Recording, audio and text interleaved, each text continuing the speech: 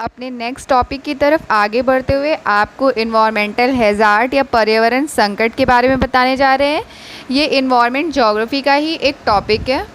तो चलिए हम अपने टॉपिक को स्टार्ट करते हैं। सबसे पहले कि जैसे कि मैंने यहाँ पर लिख रखा है कि इन्वायरमेंटल हैज़ार्ड और इसको हिंदी में पर्यावरणीय संकट कहते हैं।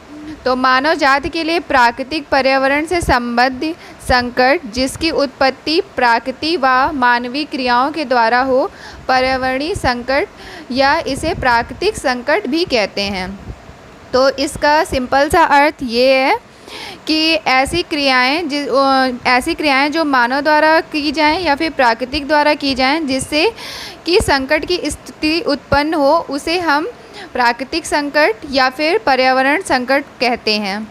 तो जैसे कि फ्रेंड्स हम जानते हैं कि पर्यावरण में दो तरीके की घटनाएं सदैव चलती रहती हैं। पहली जो होती है वो पॉजिटिव घटना होती है और दूसरी जो होती है नेगेटिव घटना होती है। और जो पॉजिटिव घटना जो होती है ये पर्यावरण के संतुलन को बनाए रखती है हमेशा, मतलब ये हमारे पर्यावरण पे पॉजिटिव इम्पैक्ट छोड़ती है। दूसरी जो हमारी नेगेटिव आती है, नेगेटिव क्या होती है कि ये पर्यावरण को नुकसान पहुंचाती है, इससे इसे पर्यावरण संकट की उत्पत्ति होती है। तो आगे चल के हम देखते हैं कि सरल शब्दों में एक खतरनाक स्थिति है। अगर हम बात करें कि खतरा क्या है, तो खतरा जो होता है वो एक खतरनाक स्थिति या घटना है जो मनुष्य के लिए खतरा है। इससे संपत्ति या लोगों दोनों के नुकसान पहुंचाने की क्षमता होती है। खतरे में क्या होता है कि संपत्ति और लोग दोनों को नुकसान पहुंचाने की क्षमता होती है। तो चलिए हम आगे बढ़ते हुए देखते हैं कि प्राकृतिक खतरे को दो वर्गों में विभाजित किया जा सकता है, जैसे कि मैंने यहाँ पे लिखा है। पहला जो होता है कि प्राकृतिक खतरा, मतलब जो स्वयं प्रकृति द्वारा हो, और दूसरे वे खतरे होते हैं जो आदमियों द्वारा खतरा पैदा किया जाता है। तो मतलब ये मैन मेड हो सकता है और ये नेचुरल हो सकता है। नेचुरल वे खतरे होते हैं जो प्राकृतिक द्वारा उत्पन्न होते हैं, और मैन मेड वो होते हैं जो मानवीय क्रियाओं द्वारा उत्पन्न होते हैं। एग्जाम्पल के लिए हम ले सकते हैं जैसे भूकंप, और इसमें हम ले सकते हैं जैसे मानवीय युद्ध, प्रदूषण, इन सब चीज़ों को यहाँ पर लिया जा सकता है। तो आगे हम बढ़ के देखते हैं कि प्राकृतिक खतरा जो होता है वो दो तरीके से डिवाइड किया जाता है। पहला जो होता है पृथ्वी के बाहर घटित होने वाली प्राकृतिक घटनाएं, और दूसरा जो होता है पृथ्वी पर घटित होने वाली प्राकृतिक घटनाएं। तो फ्रेंड्स हम देखते हैं कि पृथ्वी के बाहर घटित होने वाली प्राकृतिक घटनाएं कौन कौन सी हैं। तो सबसे पहला हमारा आता है उल्का वर्षा। हम अक्सर ये सुनते आते हैं कि आज उल्का वर्षा होगी, तो ये एक बहुत बड़ी मतलब प्राकृतिक घटना हो सकती है। ये जो उल्का पिंड होते हैं ये कभी कभी क्या होता है कि हमारी पृथ्वी की सतह से आकर टकरा जाते हैं, जिससे कि बहुत बड़े बड़े गड्ढे जो निर्माण हो जाता है। तो ये एक तरीके का खतरा है हमारे लिए। दूसरा जो होता है उल्का धूल के कण, जब ये उल्का पिंड जो होते हैं वो हमारे वायुमंडल के पास से गुजरते हैं तो इनमें बहुत ज़्यादा मात्रा में घर्षण होता है। ये घर्षण जो होता है वो बड़ी मात्रा में धूल जो होता है वो हमारे वायुमंडल में छोड़ जाता है, जिसके कारण जब ये वर्षा होती है तो उस वर्षा को लाल वर्षा के नाम से भी जाना जाता है। तो ये भी कहीं ना कहीं हमारे लिए खतरा है। और सूर्य कलंक एक ऐसी स्थिति होती है जिसमें सूर्य का तापमान जो होता है वो बहुत ज़्यादा हाई हो जाता है, जिसको हमारे पर्यावरण और हमारे मानव जीवन, इन सब चीज़ों को, हमारी वनस्पतियाँ जो भी होती हैं उनको ये खतरा उठाना पड़ता है। तो उसे सूर्य कलंक कहा जाता है। अब फ्रेंड्स हम देखते हैं कि पृथ्वी पर घटित होने वाली प्राकृतिक घटनाएं कौन कौन सी हैं। तो जैसे कि आप जानते हैं कि पृथ्वी को हम 3 भागों में डिवाइड कर सकते हैं, जैसे स्थल मंडल आता है, वायुमंडल आता है और जल मंडल आता है। तो स्थल मंडल पे कौन कौन सी घटनाएं घटित होती हैं। अब स्थल मंडल को भी 2 भागों में बांटा जा सकता है। एक आंतरिक बल के द्वारा जो घटनाएं घटित होंगी और दूसरी जो बाह्य बल के द्वारा घटनाएं घटित होंगी उन्हें। तो सबसे पहले जो आता है ज्वालामुखी। जैसे ज्वालामुखी जो है ये एक तरीके से हमारा प्राकृतिक खतरा है जो कि सदैव बना रहता है। जो ज्वालामुखी ग्रसित इलाके हैं वहाँ पर हमें हमेशा इस बात का खतरा रहता है कि कब ज्वालामुखी का विस्फोट हो जाए।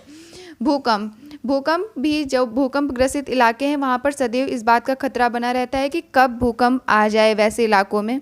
फिर आता है लैंडस्लाइड। जैसे कि आप देखते हैं कि पहाड़ी इलाकों में अक्सर वर्षा के समय हमें लैंडस्लाइड देखने का मौका मिल जाता है या फिर हम न्यूज़ में सुन पाते हैं। तो ये एक तरीके से आंतरिक बलों के कारण घटित होने वाली घटनाएं हैं। दूसरी बाह्य के कारण घटित होने वाली घटनाएं जो होती हैं वो नदियाँ, जैसे कि नदियों में आप ये देख सकते हैं कि नदियों का जो जल होता है वो वर्षा के समय बहुत ज़्यादा बढ़ जाता है, जिसकी वजह से बाढ़ आने का खतरा बना रहता है। और वायु जो होती है, वायु से भी हमें खतरा हो सकता है। जैसे कभी कभी क्या होता है कि बहुत तीव्र गति से वायु चलने लगती है, तो हम लोगों को मौसम विभाग सतर्क करता है कि आज मतलब इतनी रफ्तार में हवा चलेगी जिससे हमें खतरा है।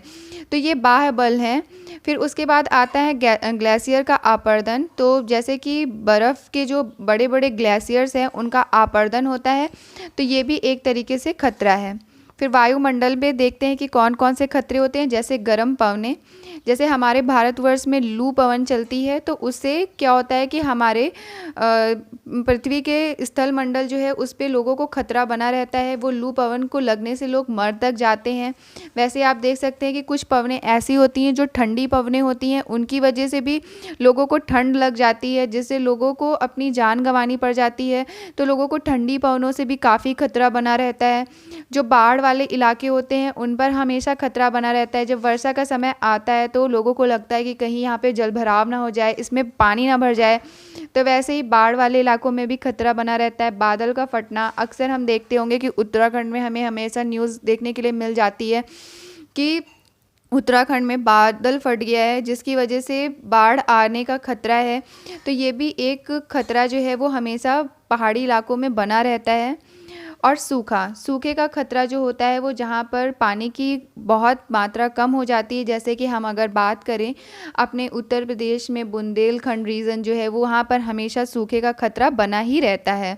वैसे जलमंडल में अगर हम बात करें तो सुनामी, जो समुद्री इलाकों के किनारे रहने वाले लोग हैं उनको सुनामी का खतरा हमेशा रहता है कि कहीं बहुत तेज़ चक्रवात के साथ तूफान ना आ जाए।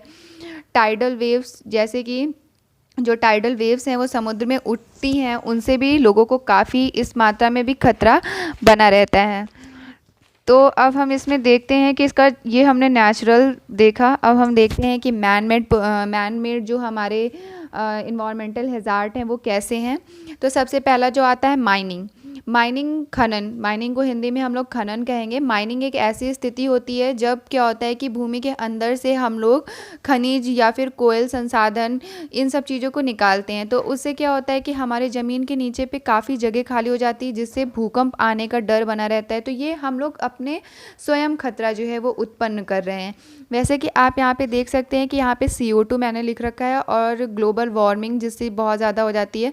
तो ये मानवीय खतरा है। हम लोग खुद से बहुत ढेर सारी गाड़ियाँ और AC वगैरह का यूज़ करके ग्लोबल वार्मिंग को बहुत ज़्यादा बढ़ावा दे रहे हैं, जो कि हम मैन मेड खतरा है। ये भी हमारे लिए कहीं ना कहीं खतरा है। O3 जो है, मतलब हमारी ओजोन लेयर है, वो बहुत तेज़ी से मतलब घट रही है, उस पर छेद देखने के लिए मिल रहे हैं। तो वो भी मानवीय खतरों के द्वारा ही उत्पन्न हो रहा है। हमारे यहाँ पे बहुत ढेर सारे क्लोरोफ्लोरोकार्बन्स हैं या कार्बन मोनोऑक्साइड वगैरह हैं, जिसकी वजह से क्या हो रहा है कि O3 जो है वो तेज़ी से घट रही है।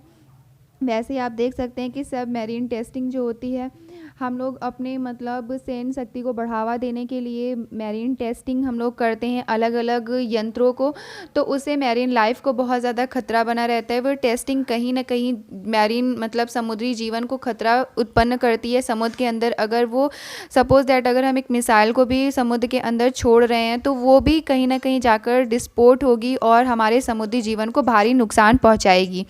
उसी तरीके से अगर हम न्यूक्लियर टेस्टिंग की बात करें, तो न्यूक्लियर टेस्टिंग भी जिन इलाकों में हम कर रहे हैं, तो वो भी कहीं ना कहीं मानवीय खतरा उत्पन्न कर रहे हैं। तो अब हम इससे बचने के कुछ उपायों को देखते हैं। यहाँ पर जो खतरे हैं उनसे बचने का इलाज भी कुछ ना कुछ कहीं ना कहीं रहता है हमेशा। तो ये कदम जो है वो हमारी भारत सरकार द्वारा, हमारे विश्व संगठन द्वारा ये कदम उठाए जाते हैं। तो सबसे पहले जो वॉल्केनोज़ हैं, वॉल्केनोज़ जहाँ पर भी हम देखते हैं कि एक्टिव वॉल्केनोज़ पाए जाते हैं, तो उन इलाकों को खाली हमेशा रखा जाता है। वहाँ पर किसी भी प्रकार की मानव बस्ती का निर्माण करने का आदेश नहीं दिया जाता है। ठीक उसी प्रकार अर्थक्वेक जो है, अर्थक्वेक जिन इलाकों में आता है वहाँ पर सदैव माइनिंग के कार्य को मनाही रहती है। वहाँ पे माइनिंग का कार्य करने के लिए नहीं दिया जाता है। रिवर जो होता है, रिवर में जो बाढ़ वगैरह आने का खतरा बहुत ज़्यादा बना रहता है, तो हम अक्सर ये देखते होंगे कि निचले एरिया जो रहता है वहाँ पर बाढ़ आ जाती है। तो उस निचले एरिया को बाढ़ से प्रभावित ना हो, इसकी वजह से वहाँ पर बांधों का निर्माण किया जाता है। नदियों की सफाई, वर्षा ऋतु आने के पहले नदियों की गाद जो होती है उसको साफ़ किया जाता है, तो जिससे नदी का जो जल धारण करने की क्षमता होती है वो बढ़ सके, जिससे कि बाढ़ वगैरह ना आ सके। O3 जो हमारा ओजोन लेयर है वो बहुत तेज़ी से घट रहा है। इसके मतलब घटाव को रोकने के लिए हम क्या कर रहे हैं कि जो हमारा क्लोरोफ्लोरोकार्बन है और CFC वगैरह जो गैसेस हैं, कार्बन मोनोऑक्साइड है, इनके प्रयोग को कम से कम प्रयोग करने की लोगों को हिदायत दी जा रही है। तो ठीक इसी प्रकार बहुत ढेर सारे तरीक़ों से हम अपने जो भी पर्यावरण संकट हैं उनको रोक सकते हैं। काफ़ी लोग पर्यावरण संकट जो होता है उसको मतलब पर्यावरण जो हमारा आपदा है उसको समझ लेते हैं, लेकिन संकट एक स्थिति है जिसमें हमें खतरा बना रहता है। लेकिन आपदा जो होती है वो घटित होने के बाद की स्थिति होती है, जिसमें भारी पैमाने पे लोगों की जान मान जो होता है लोगों को गंवाना पड़ जाता है। लेकिन संकट जो है वो एक संकट है, इसमें मतलब हमें ऐसा फील होता है कि नहीं हमको नुकसान हो सकता है किसी चीज़ से, लेकिन आपदा में हमें वो नुकसान हो चुका होता है। तो फ्रेंड्स, ये रहा आपका इन्वायरमेंटल हैज़ार्ड पर वीडियो। प्लीज़ मेरी वीडियो को लाइक एंड सब्सक्राइब ज़रूर करिएगा। Thank you.